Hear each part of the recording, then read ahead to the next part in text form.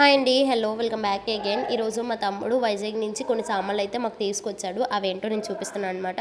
Firstly టమాటా అక్కడ చాలా చవకగా ఉన్నాయని చెప్పి 5 కేజీస్ వరకు టమాటా అయితే పంపించారు. కానీ కొన్ని అయితే వేస్ట్ అయిపోయినాయి. అంటే ట్రైన్లో వచ్చేటప్పుడు జర్నీలో కొన్ని చిదిగిపోయినాయి అనమాట. అవన్నీ సపరేట్ చేసుకున్నా.